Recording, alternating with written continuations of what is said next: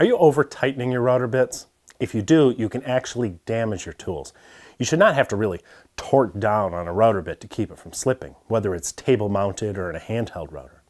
All you need is to squeeze the 2 wrenches together with your hand. That's tight enough. Of course, not every router uses 2 wrenches. Maybe you have an arbor lock, so you're going to use just 1 wrench, but still, you shouldn't be white knuckling it tight. If your bit slips, you've got other problems. The bit or the collet is probably dirty, so try cleaning those first. Otherwise, it could be damaged by something, such as over-tightening in the past.